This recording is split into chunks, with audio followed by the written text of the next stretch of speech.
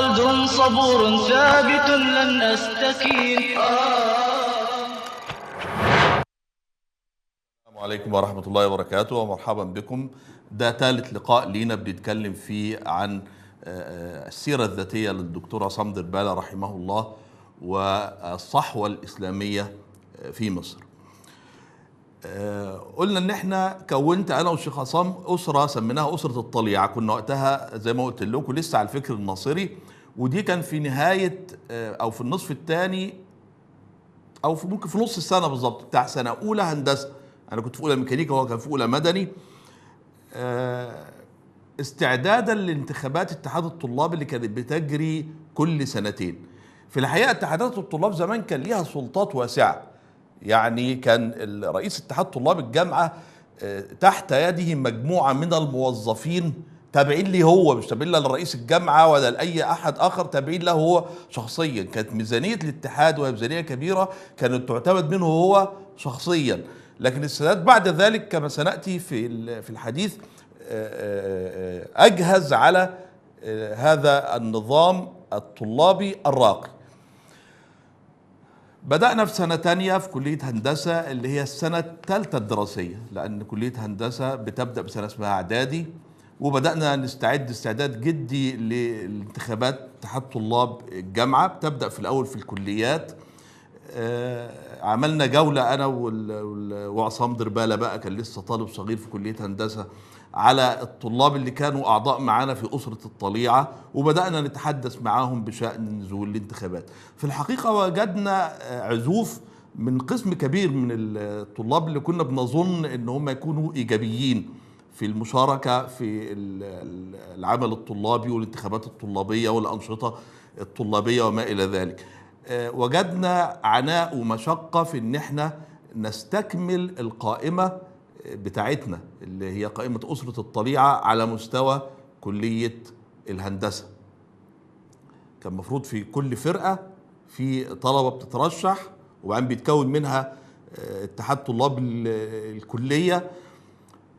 لكن في النهاية كوننا قائمة وكتبنا الأسماء وطبعنا الدعاية وطبعنا مع الأسماء المرشحة برنامج انتخابي لهذه القائمة.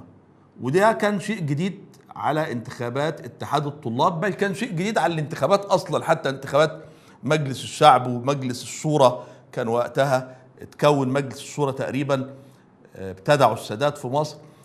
كان مسألة البرامج الانتخابية دي مسألة جديدة، فإحنا تقريبا كنا من أول المجموعات اللي بتترشح في انتخابات اتحاد الطلبة بتكون قائمة وبتعمل برنامج انتخابي لهذه القائمة. في أول هذه القائمة كتبنا آية في المقدمة: إنهم فتية آمنوا بربهم وزدناهم هدى. فوجئنا إن في ضجة حصلت وإن الجماعة الدينية ما كانش لسه غيرت اسمها للجماعة الإسلامية تقريبا زعلانين ومرتبكين وطلبوا إن هم يقابلونا.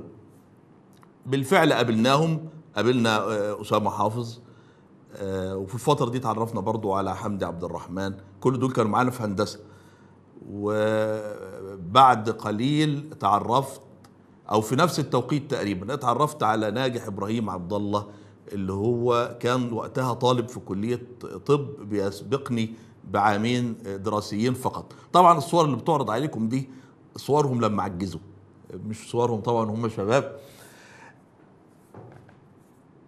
سألناهم يعني انتوا زعلانين ليه من القائمة بتاعتنا؟ فقالوا الناس افتكرت ان دي القائمة بتاع الجماعة الدينية. ليه يا اخوانا ليه القائمة بتاع الجماعة الدينية؟ احنا مش كاتبين عليها الجماعة الدينية ولا حاجة.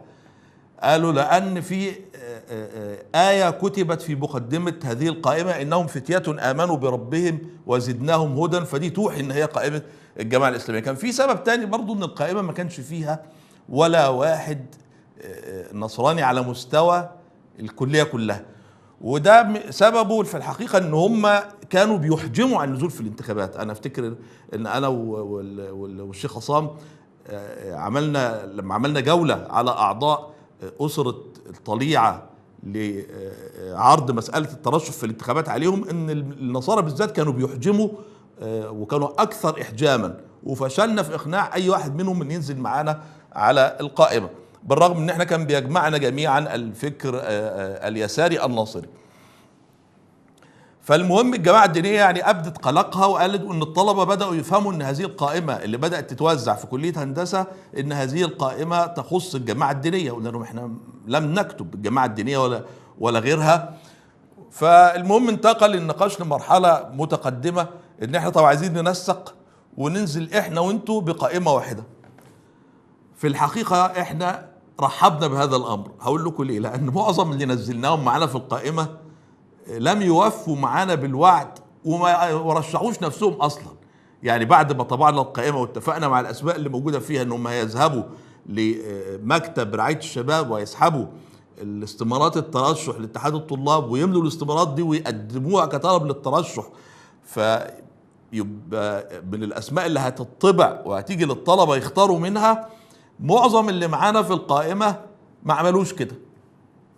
زي ما بيقولوا الشباب اليومين دول كبروا دماغهم. فاصبحنا احنا في مأزق ان احنا منزلين قائمه فيها اسماء معظم هذه الاسماء مش موجوده فعلا في كشوف المرشحين. فرحبنا بقى بمساله التنسيق مع الجماعه الدينيه، ويعني بينا لهم ان احنا يعني ايه زي بعض عشان خاطركم، لكن في الحقيقه ان احنا كنا يعني مرتبكين، ما عندناش قدره على ان احنا نغطي على كل هذه المقاعد. بالفعل تم التنسيق، وكان من الاسماء اللي خدوها من عندنا طبعا عصام دربالة وعاصم عبد الماجد.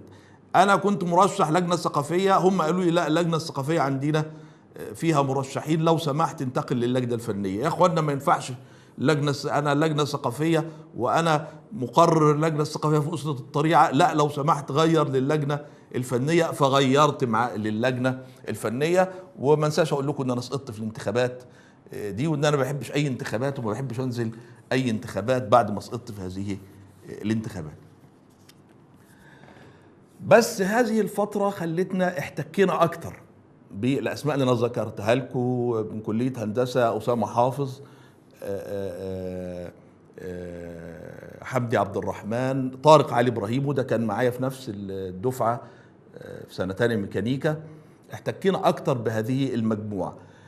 قبل انتخابات اتحاد الطلبة ما تمت انتخابات اتحاد طلاب المدينة الجامعية. كان في انتخابات اتحاد طلاب الجامعة وفي انتخابات اتحاد طلاب المدينة الجامعية. دي صورة المدينة الجامعية في جامعة أسيوط. أظن ده مبنى بيسموه مبنى واو. ودي الطلبة لما بيكونوا يعني في حالة روقان وتهييص وما إلى ذلك.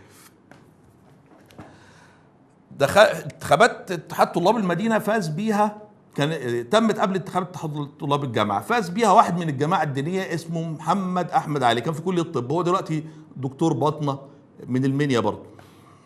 اتعرفت انا في الفتره دي برضه على المجموعه اللي نزلت اتحاد طلاب المدينه الجامعيه وعلى محمد احمد علي، وشاركت معاهم في مسابقه لمجلات الحائط. قدمت مجله حائط كلها عباره عن رسوم كاريكاتير، انا اللي يعني الفكره بتاعتي والرسم برضو بتاعي. لوحه عليها حوالي مثلا 8 رسوم كاريكاتير، وفزت انا، خدت المركز الاول تقريبا في المسابقه على مستوى المدينه الجامعيه، واعطوني كتابا اسلاميا هديه لهذا الفوز. اتعرفت في هذه الفتره ايضا وعرفت عصام دربالة بعد ذلك على ناجح ابراهيم عبد الله. كان لسه شخصية غير ظاهرة في العمل الطلابي في الجامعة، كان طالب في كلية طب ويسكن مبنى دال في المدينة الجامعية. عرفني بيه طارق علي ابراهيم اللي هو كان زميلي في كلية الهندسة. ف يعني مدحني قدام الدكتور ناجح، ومدح الدكتور ناجح قدامي، وقال له ان عاصم ده خطاط وفنان وشويه مدح كده زياده عن اللزوم. فالدكتور ناجح قال والله فرصه، احنا عايزين حد يكتب لنا بعض احاديث الرسول صلى الله عليه وسلم. فقلت له انا مستعد. ودي كان بدايه التعامل بيني وبين ناجح ابراهيم عبد الله. انشغلنا شويه في مساله الانتخابات والدعايه الانتخابيه، وصاحبكم سقط الحمد لله اللي هو انا، وعصام دربالة نجح مع القائمة الموحدة بين الجماعة الدينية وبين أسرة الطليعة اللي احنا كنا فيها عدد قليل، لم نكن أكثرية ولا حتى نصف هذه القائمة، كنا عددا قليلا. أذكر طبعا بعد انتخابات الكليات بيتم التصعيد وعمل انتخابات اتحاد طلاب الجامعة. في انتخابات اتحاد طلاب الجامعة كنا قاعدين في المدرج في الدور الثالث في كلية الهندسة قسم الميكانيكا، واحنا قاعدين مستنيين الدكتور المحاضر يدخل، فسمعنا ضجة اسفل المبنى، وزي ما يكون في خناقة كده تحت مبنى كلية الهندسة. احنا في الدور الثالث ما قدرناش نتبين ما يحدث. بعد شوية دخل زميل لينا كان اسمه عبد المسيح. ايه يا عبد المسيح اللي حاصل تحت؟ قال الجماعة الدينية، الجماعة الدينية يا اخوان. مالها الجماعة الدينية يا عبد المسيح؟ فقال ده عاملين مسيرة احتفالا بفوز المرشح بتاعهم اتحاد طلاب الجامعة، وبعدين قابلوا جماعة من منافسيهم في الانتخابات فضربوهم بالمطاوي. طبعا كل المدرج بتاعنا استاء، ليه الجماعة الدينية تعمل كده؟ شيء مستغرب، وانا كنت طبعا من جملة المستائين، ازاي الجماعة الدينية تعمل كده؟ المهم خلصنا محاضرات هذا اليوم ورجعت المدينة الجامعية، فوجدت مرشح الجماعة الإسلامية اللي هو فاز في الجماعة الدينية اللي هو فاز في الانتخابات، كان اسمه عادل أسعد الخياط اللي هو مسك رئيس اتحاد طلاب الجامعة. عادل أسعد الخياط ده كان معانا أيضا في كلية هندسة بس كان يكبرني. وجدت ان دي صورة المهندس عادل أسعد الخياط بس بعد ما كبر برضه، بعد ما عجز. وهو على فكرة اللي اختاروا الدكتور مرسي محافظا للأقصر، وقال ان انا عايز اختار حد من الجماعة الإسلامية لمنصب محافظ، فحزب البناء والتنمية رشح له مجموعة أسماء منهم المهندس عادل أسعد الخياط، هو من سوهاج أصلا، فاختير محافظا للأقصر. ده كان اختيار الدكتور مرسي والمجموعة اللي حوله. ساعتها هاجت القنوات الفلولية وقالوا ان عادل أسعد الخياط هذا كان اعتقل وحوكم بسبب الإرهاب مع الجماعة الإسلامية زمان، وهذا كلام غير صحيح. المهندس عادل أسعد الخياط لم يعتقل ولا يوما واحدا في تاريخه. وقالوا كيف يعين محافظا للأقصر والجماعة الإسلامية ارتكبت مجزرة قديما في الأقصر. المهم الباشمهندس عادل أسعد الخياط قرر ان هو يتنازل عن هذا المنصب، وارسل رسالة كده للدكتور مرسي بالفعل. والدكتور مرسي عافاه الله شكره في آخر خطاب للدكتور مرسي اللي كان فيه السيسي وما إلى ذلك، الخطاب الشهير اللي قاله قبل الانقلاب بحوالي أسبوع. شكر المهندس عادل أسعد الخياط لهذا الموقف، ان هو لما وجد ان تعيينه في هذا المنصب يعني سيتخذ للطعن في الدكتور مرسي وفي حكمه، فرفض استلام المنصب. من نقدرش نقول استقال، هو رفض استلام المنصب من البداية ولم يدخل إلى مبنى المحافظة. كان في شوية بلطجية واقفين قدام مبنى المحافظة، بس كان إخواننا في الأقصر سهل جدا عليهم انهم يضربوا البلطجية، بس هو الدكتور الباشمهندس عادل وقتها كان موجود وقال لا، لن أدخل بالقوة إلى مبنى المحافظة، وآثر ان هو يترك هذا المنصب.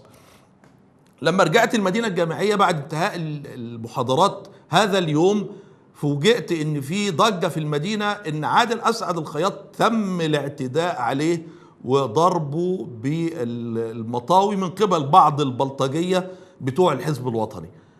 فسبحان الله الخبر جالنا وهو الحادث تم في كلية هندسة تحتنا واحنا قاعدين في المدرج، بس احنا في الدور الثالث والحادث ده تم في الدور الأول. فوصلنا الخبر عن طريق عبد المسيح بأن الجماعة الدينية بتعتدي على خصومها في الانتخابات، ثم نفاجأ أن الخبر الصحيح أن البلطجية اللي تابعين للحزب الوطني اللي هم كانوا متعودين يكسبوا الانتخابات في كل سنة غضبوا لأن الانتخابات أفلتت منهم وذهبت إلى المهندس عادل أسعد الخياط وعين أو اختير رئيسا للجامعة، فتربصوا به وضربوه وهو داخل الكلية بتاعته بالمطاوي، أظن كانت في الكتف وفي الذراع، ورأيته وهو يعني كل المنطقة دي مضمدة في المدينة الجامعية.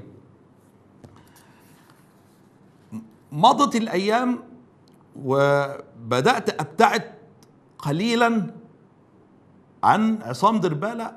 هو كان يسكن في الخارج وأنا أسكن في المدينة الجامعية، وأقترب أكثر من الصحبة الجديدة أو الزملاء الجدد في الجماعة الدينية، زي ما قلت لكم أسامة حافظ، ناجح إبراهيم، حمدي عبد الرحمن. بعد ذلك تعرفت على كرم زهدي، وكان طالب في كلية زراعة في جامعة أسيوط أيضا. وبدأت نقاشات بيننا وبينهم، أحيانا بيشترك عصام دربالة وأحيانا ما بيكونش موجود، وبدأت أطلع على أنشطتهم، وبدأت أدخل المساجد أو المصليات الملحقة بكل مبنى من مباني المدينة الجامعية. أذكر في المبنى اللي أنا كنت فيه كان اسمه مبنى جيم، كنت أصلي معاهم في المصلية، والمصلية دي عبارة عن غرفة متوسطة ليست كبيرة وليست صغيرة في وسط الدور الثاني في مبنى جيم. وبعدين بعد الصلاة، بعد الناس ما تنصرف، أنظر لدولاب كده اللي بيحطوا فيه الكتب، دولاب مغلق وعليه ورقة فيها أسماء الكتب اللي موجودة. فوجدت أسماء كتب لواحد اسمه ابن تميمة. فطلبت من الأخ اللي كانوا بيسموه أمير المبنى، طلبت منه رسالة من رسالات، قلت له عايز الرسالة دي اللي اسمها كده، فاداها لي فقريتها. تاني يوم جيت قلت له وعايز دي. فالمهم لغاية ما خلصت كل الرسائل اللي مكتوب عليها ابن تميمة. في الآخر هو بيقول لي عايز حاجة تاني، قلت له لا أنا عايز أي حاجة لابن تميمة. قال لي إيه؟ قلت له ابن تميمة. قال لي قصدك ابن تيمية. وقلت له آسف أنا ما أعرفش اللي اسمه ابن تيمية، أنا بقرأه ابن تميمة. دلوقتي يعني بعد هذا الحدث بسنوات، لما بدأت أقرأ مرة تانية رسائل ابن تيمية تعجبت. في مثل هذا السن وأنا كنت لم أكمل 20 سنة وليس عندي خلفية شرعية، ما عنديش قراءات شرعية قبل ذلك إلا نادرة في مجلات منبر الإسلام مثلا، أو بعد ذلك المجلات الدينية اللي كانت عند جدي رحمه الله لأنه كان أزهريا، وكانت قراءاتي فيها يسيرة جدا. كيف استسغت أسلوب ابن تيمية، وكيف فهمت بعض ما يكتبه ابن تيمية. وهذه رسالات ليست بالهينة، كلام في التوسل والوسيلة، والكلام في رسالة العبودية، والكلام في أمراض القلوب وشفاؤها، والعقيدة الواسطية. فكان من الصعب في مثل هذا السن أن أفهمها، ولكن شيئا ما جذبني لرسائل ولكتابات هذا الرجل تحديدا. ويعني عرفت عندها معنى الإخلاص، أن يكون في إنسان مخلص وتقي فيكتب شيئا فيجذبك لمكتوبه هذا، حتى وإن كان صعبا عليك أن تفهم هذا المكتوب، لأنه لم يكتب لجيلك ولا لعصرك ولا لسنك ولا لأصحاب ثقافتك. ابن تيمية يكتب غالبا لتلامذته، وتلامذته كابن القيم وغيرهم على مستوى معين من العلم، حتى وإن كانوا لا يزالون تلامذة. لكن أن تقرأ أنت هذا الكلام وأنت لم تبلغ 20 من عمرك، وأنت لم تأخذ من علوم الشرع شيئا لا قليلا ولا كثيرا، وحصيلتك في اللغة أيضا ضعيفة لا تتجاوز ما تعلمته في المدارس في إعدادي وثانوي، وأن تقرأ مع كل ذلك هذه الرسائل ثم تنجذب إليها وتريد أن تقرأ كل ما كتبه ابن تيمية، وتطلب أن تقرأ كل ما كتبه ابن تيمية، فهذا فسرته بعد ذلك بأن هذا الرجل عنده تقى وإخلاص وصلاح، جعل يعني ربنا يكتب القبول لكتبه. وهذا ما وجدته مثلا في كتابات الإمام النووي رحمه الله. كثيرون ألفوا في الحديث، كثيرون صنفوا في الحديث، كثيرون جمعوا 40 حديثا، لكن اشتهرت 40 النووية من بين كل هذه 40.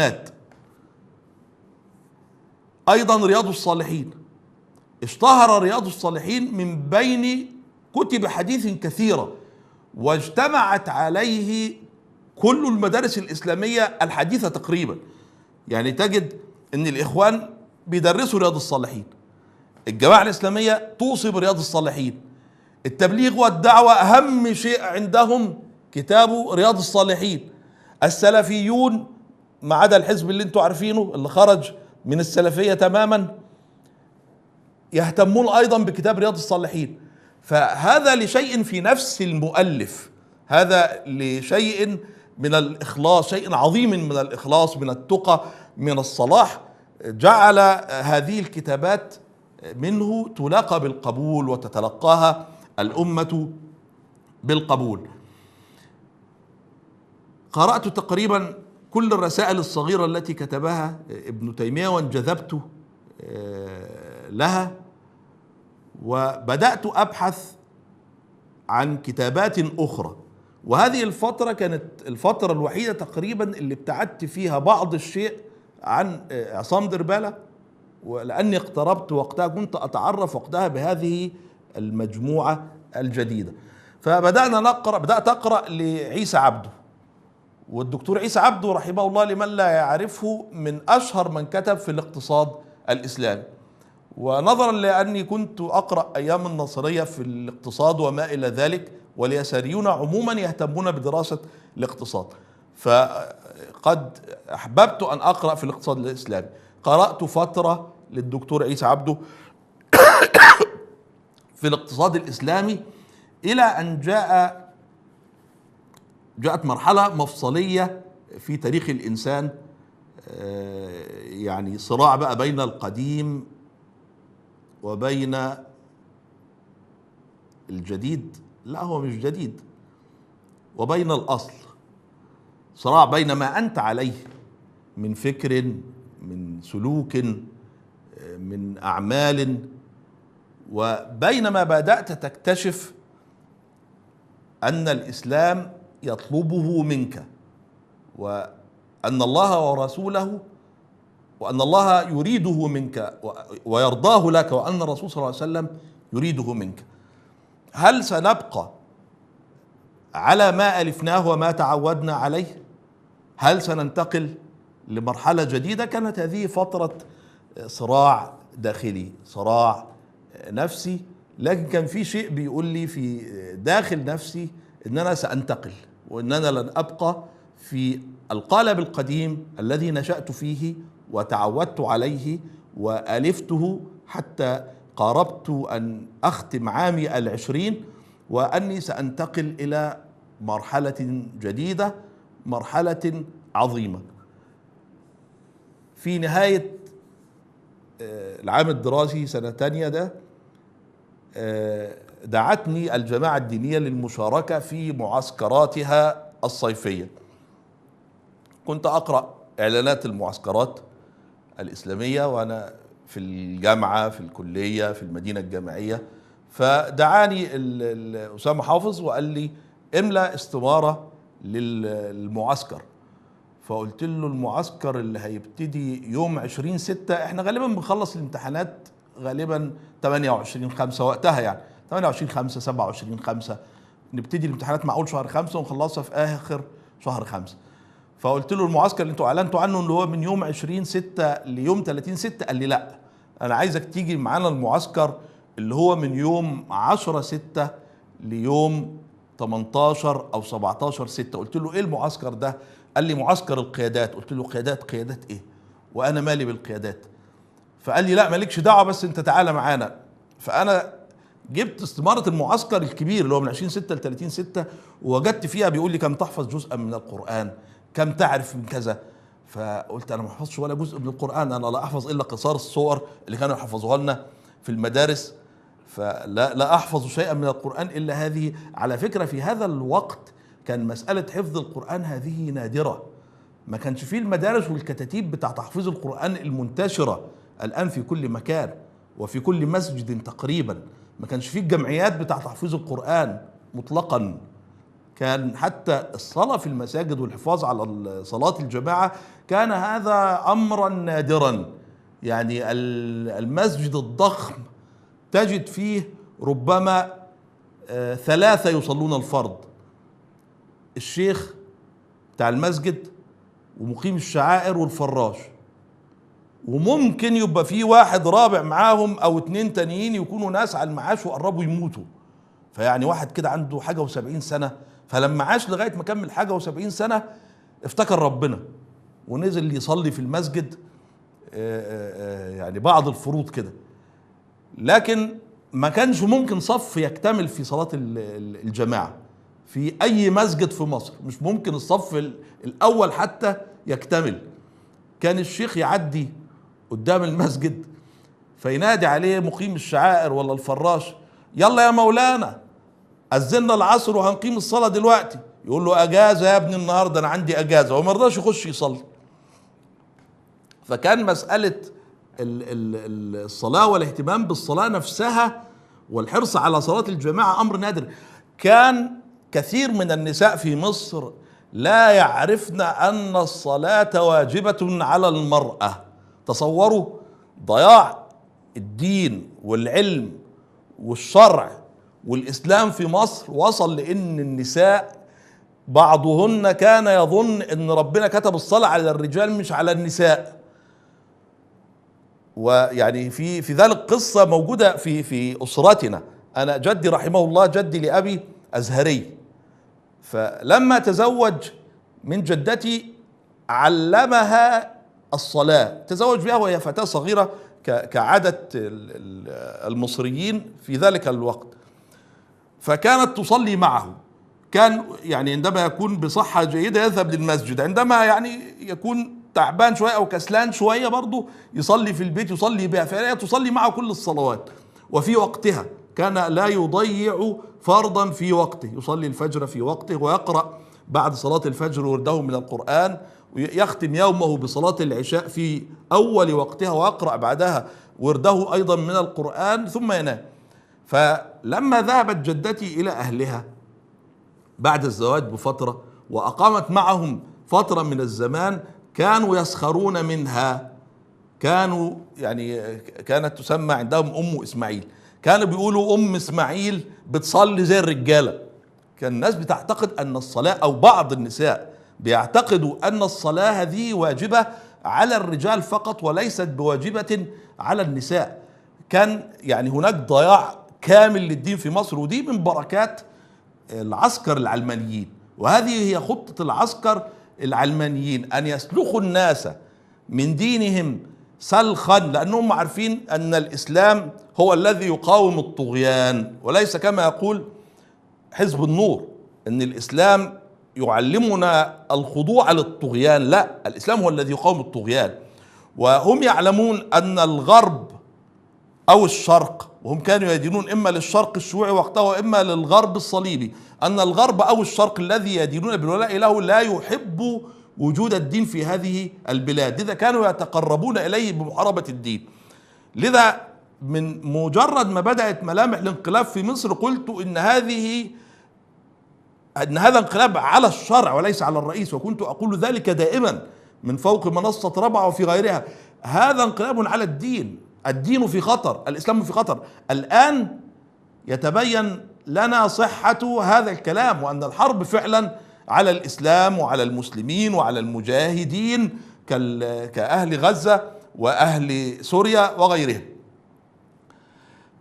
فلم نكن وقتها نحفظ شيئا من القرآن إلا ما حفظناه في المدارس، وبعضه ذهب من الذاكرة. بقيت قصار الصور، سورة العصر، سورة إنا أعطيناك الكوثر، قل هو الله أحد، قل أعوذ برب الفلق، قل أعوذ برب الناس. الضحى صعبة شوية، يعني سورة الضحى اللي كان في مثل سني ممكن كان ما يبقاش حافظها، طويلة شوية سورة الضحى. قل يا أيها الكافرون ما نقدرش نحفظها، فيها اشتباه بين آياتها. كان هذا هو مستوى العلم والدين والشريعة وكل ما يمت الإسلام عند الشباب. نستكمل إن شاء الله في مرة قادمة. أقول قولي هذا وأستغفر الله لي ولكم.